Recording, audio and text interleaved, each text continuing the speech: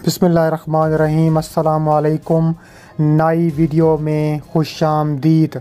नाज़रीन ग्रामी, बड़ी ब्रेकिंग न्यूज़ आपके सामने मैं रखने जा रहा हूं कि भारत को चीन के साथ नया कारगिल दरपेश फ़ज़ाई हमला कर दिया गया।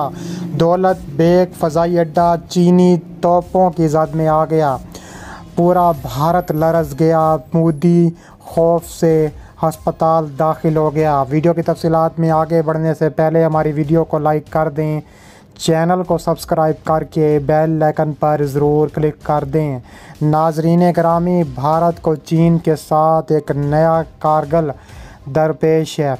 चीन ने भारत की धज्जियां उड़ा कर रख दी हैं। फ़ज़ाई हमला कर दिया है। पूरा भारत पर लर्ज़ा तारी खौफ के साए मंडराने लगे। नई दिल्ली पूरा लरज़ गया है। मोदी सरकार ने मीटिंग तलब कर ली है। दौलत बेग फ़ज़ाई अड्डा चीनी तोपों के ज़द में आ गया है। दूसरी जानिब दूरबेक गलवान और पेंगोंग सो डेप्सांग हॉट स्प्रिंग गोगरा के इलाके में दोनों मुल्कों के हज़ारों फ़ौजी पूरी जंगी साजो सामान के साथ एक दूसरे के मद्दे मुकाबिल तैनात हैं। कई मकामात पर दोनों फ़ौजों के दरमियान बहुत कम फासला है। खित्ते में इंतहाई चौकसी बरती जा रही है। कई मकामात पर दोनों फ़ौजों के दरमियान बहुत कम फासला है। खित्ते में इंतहाई चौकसी बरती जा रही है। एक मकामी बाशिंदे ने BBC को बताया है कि पहले इंडियन फ़ौज इतनी ज़्यादा नहीं होती थी, वो सरहदों पर तैनात होती थी, लेकिन गलवान की लड़ाई के बाद बॉर्डर पर इंडियन फ़ौज बहुत ज़्यादा आ गई है। ऐसा सुनने में आया था कि चीनी फ़ौज इंडियन बॉर्डर पर फिर आ गई है। कहा जा रहा है कि इंडियन आर्मी भी बॉर्डर पर ज़्यादा आ चुकी है। फ़ौजी ट्रक बहुत ज़्यादा आ रहे हैं। टैंक और दूसरे हथियार भी ऊपर जा रहे हैं। चौशल गांव की सरपंच सवरिंग डोलकर बताती हैं कि गलवान की लड़ाई के बाद मकामी बाशिंदों की मुश्किलात बहुत बढ़ गई हैं। गांव के नौजवान लड़के अक्सर जगहों पर फ़ौज के लिए पोर्टर और तामीरी कामों पर लगे हुए हैं। गलवान की लड़ाई से पहले सरहद पर कोई मसला नहीं था। इसके अलावा अब मसला ज़्यादा होता जा रहा है। इसके अलावा कहा जा रहा है कि भारत और चीन बुरी तरह आमने सामने खड़े हैं। चीन और भारत में कशीदगी बढ़ चुकी है।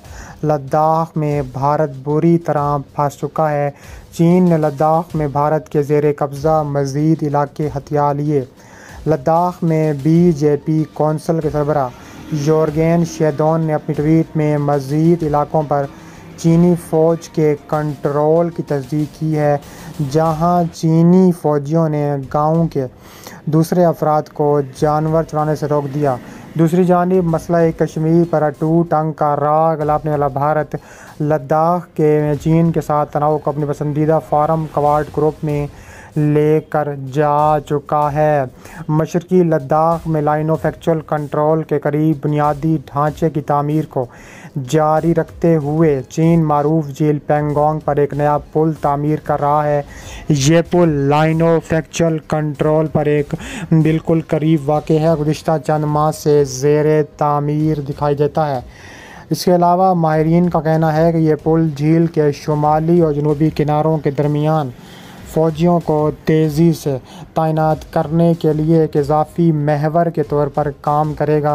इससे चीन की दिफाई सलाहियत में मज़ीद इजाफ़ा हो जाएगा। भारतीय पार्लियामान में भारत के मकबूजा इलाकों की हैसियत और चीन भारत सरहद पर मौजूदा सूरत हाल से मुतल्लिक़ एक सवाल किया गया था। इसका जवाब देते हुए वज़ीर ममलिकत बराए ख़ारजा अमूर मुरलीधरन ने यह बात कही है कि भारत ने चीन की जानिब से तामीर किए जाने वाले पुल का सख्ती से नोटिस लिया है।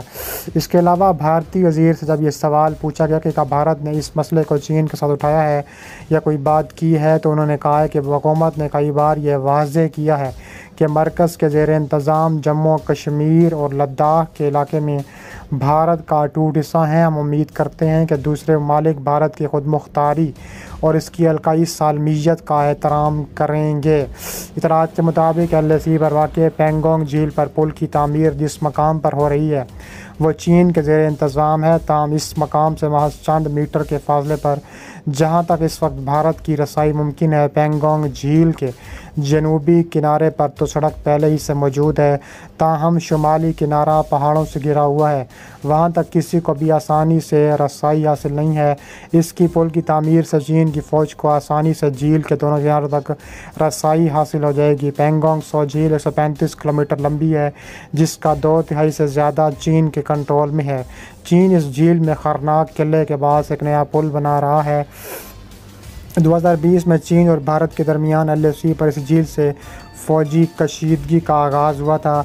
हालात इतने कशीदा हो गए थे कि रात को वादी गलवान की दोनों फ़ौजों के दरमियान झड़पें हुई थीं। चीन ने इस पर 1 जनवरी को अपने सदी कानून का भी आगाज़ किया था। अस्करी अमूर के माहिरीन का कहना है कि यह पुल झील के शुमाली और जनूबी किनारों के दोनों फ़ौजों को तेज़ी से तैनात करने के लिए एक इजाफ़ी महवर के तौर पर काम कर सकता है। इसके अलावा मशरक़ी लद्दाख में पेंगोंग झील के जनूबी किनारे की बदसूर हालत कशीदा है। भारत और चीन के दरमियान तनाव में शिद्दत आ चुकी है।